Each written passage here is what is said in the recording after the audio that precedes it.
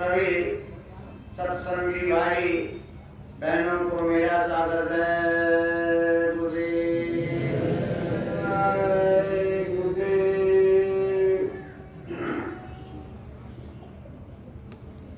प्रेमियों, आज का ये दिन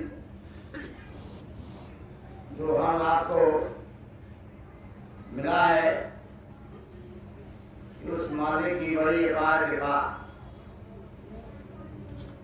ऐसा समय जीवन में बार बार नहीं मिलता जब कभी हमारे आपके पुण्य कर्म फलित होते हैं। उस परमात्मा की अनंत कृपा हम जीवों पे होती है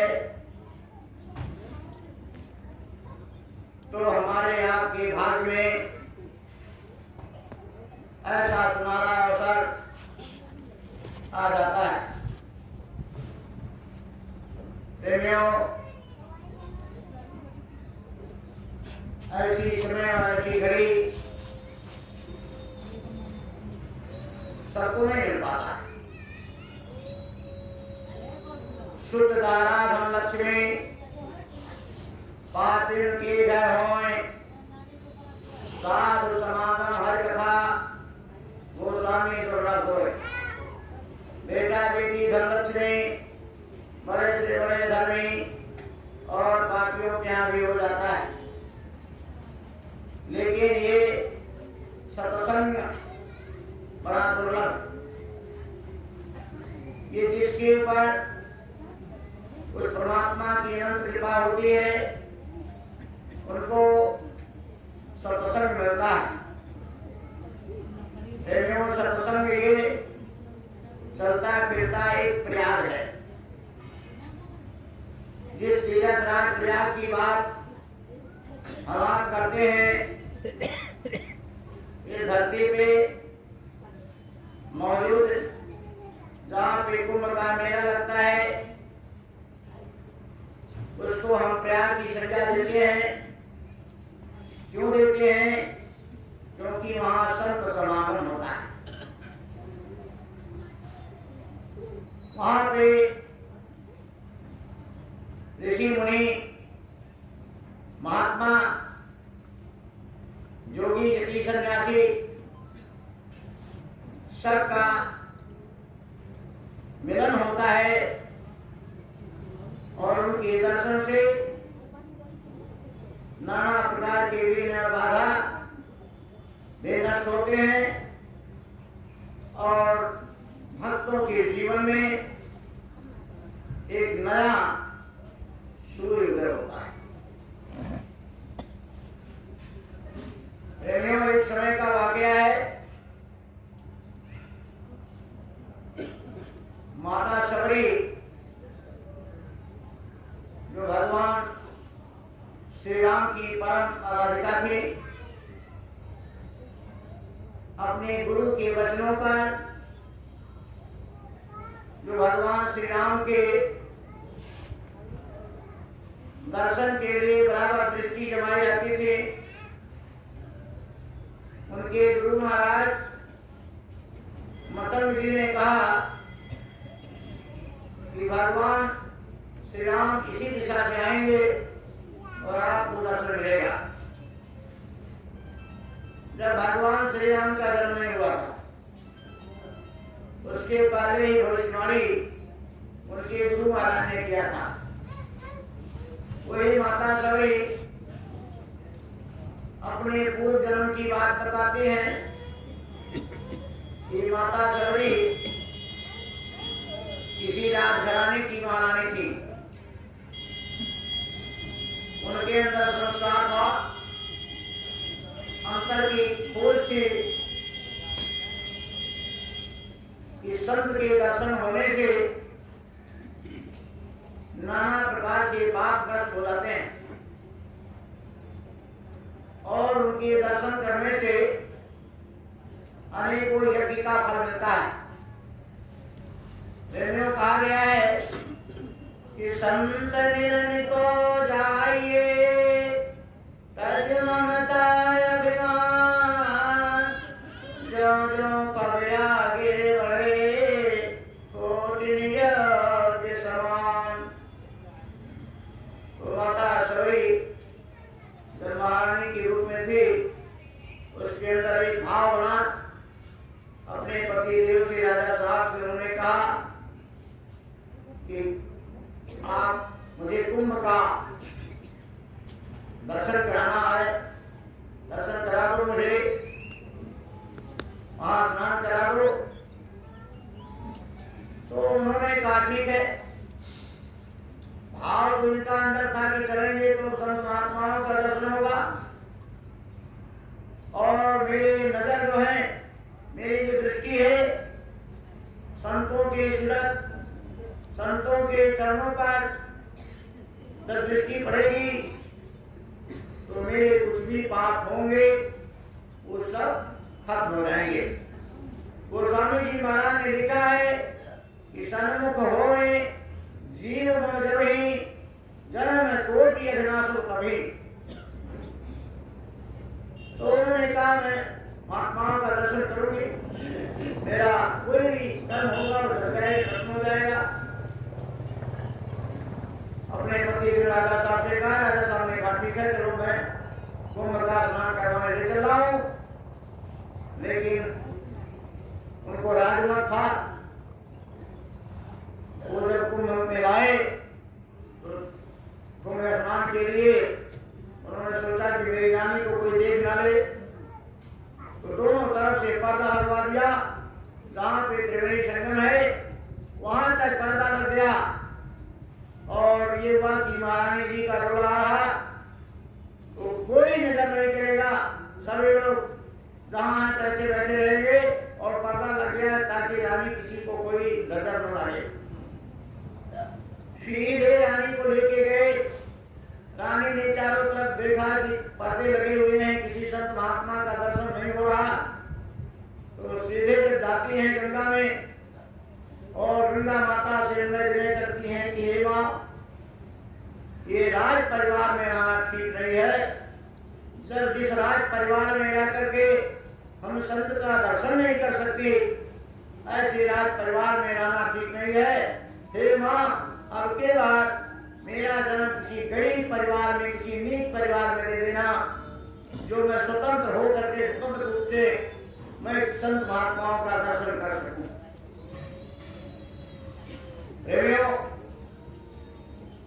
उनकी चाहना थी, उनकी मंशा थी, उनकी इरादे थे, उनकी आशा थी।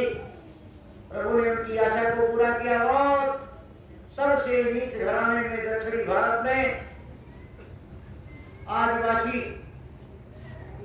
शवर जाति में उनका जन्म हुआ। और उस समय की परंपरा थी, जब लड़की सयानी हो जाती थी शादी करने का,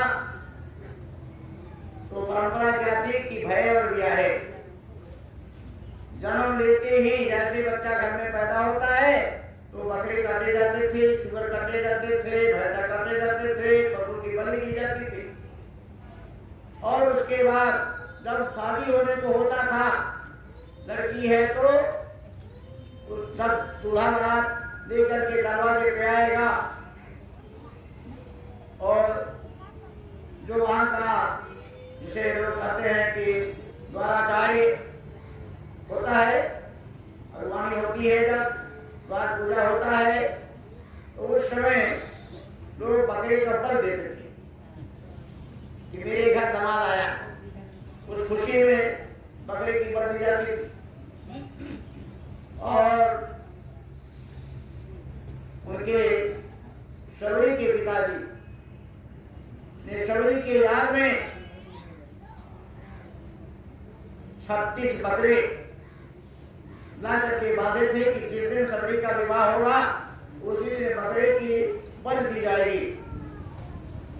एक दिन शबरी अपनी मां से पूछा कि मां, ये बाबा तो ये बकरे क्यों बांधे गए हैं, इनका क्या उपयोग हुआ?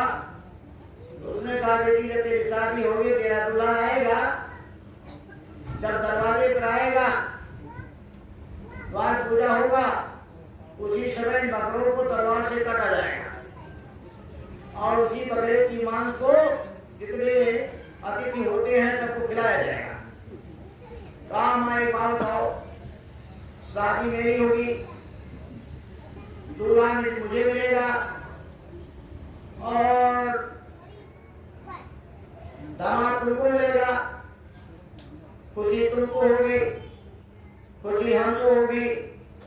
लेकिन एक बात बताओ, जिसका बेटा मारा जाएगा तो उसको मां को क्या खुशी होगी? मां को तो तकलीफ होगा।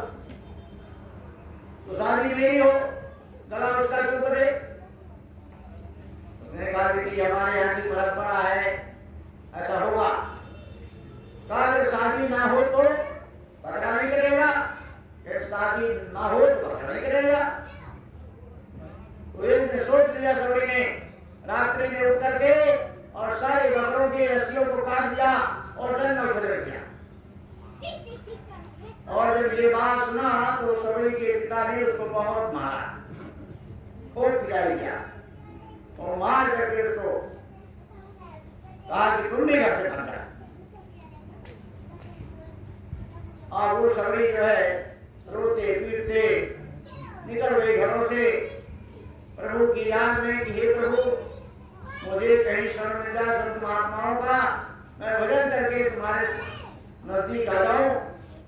लेकिन उस जमाने में कोई स्त्रियों को अपने पास, जितने भी महात्मा थे, संत थे, मठाधीश थे, कोई अपने पास स्त्रियों को शरण नहीं देता। अंत में सभी लाचार विवश होकर के और जा करके एक बरगद के पेड़ का खोखला था, उसके खोखले में बैठ करके रात दिन उस गोले से गोला खा करके पानी पी करके आती थी। अंतर में दिया जलता था कि प्रभु का मिलन कैसे हो। जब तक संत के समीप नहीं जाएंगे, जब तक गुरु नहीं मिलेंगे, क्योंकि गुरु के पास जाने का एक ही जरिया है, भगवान के पास जाने का एक ही जरिया है कि गुरु मिले। गुरु करना अनिवार्य है, बिन गुरु भाव में करे न कोई, जो विरंच शंकर सम होई। बिना गुरु के भव से पार होना मुश्किल है। और चाहे वो भगवान शंकर क्यों ना हो, चाहे ब्रह्मा हो क्यों ना हो, और विष्णु क्या क्यों ना हो, क्योंकि लिखा शास्त्रों में राम कृष्ण से तो बड़े उन्होंने तो गुरकीन, तीन लोग के लिए धनी, गुरु आगे अधीन। इसलिए गुरु करना जरूरी है। लेकिन मुझे कोई अपना नहीं रहा, मैं तो एक नीच जात की हूँ, लोग छुआछूत का वो है, तो अंतर में गिरा जल्दी कर रही थी।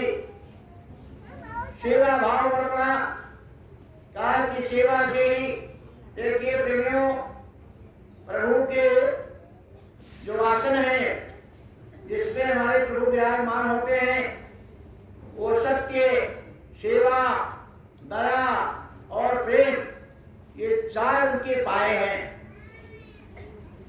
और इन चारों से, चारों में से एक भी पाया टूट गया तो वो उस पर आसन नहीं लेंगे। सेवा से मालूम होंगे तो आप प्रभु को नहीं पा सकते, दया से मालूम होंगे तो आप प्रभु को नहीं पा सकते, और प्रेम से मालूम हो गए तो प्रभु को नहीं पा सकते। ये सत्य, सेवा, दया, प्रेम। इसीलिए कबीर साहब ने कहा, साच बराबर सच नहीं, झूठ बराबर पाप, जाके हृदय साच है, ताके हृदय आप। दया मूल सब मूल है, नरक मूल अभिमान, संतो दया न छाड़िए, जब तक घट में प्राण। प्रेमियों, है प्रेम जगत में सार, और कोई सार नहीं है। प्रेम से प्रकट होते हैं भगवान, प्रेम के वशीभूत होते हैं। प्रेम से जो पुकारे प्रभु को, वो हर बंधनों को तोड़ करके प्रभु आपको गले लगाएंगे।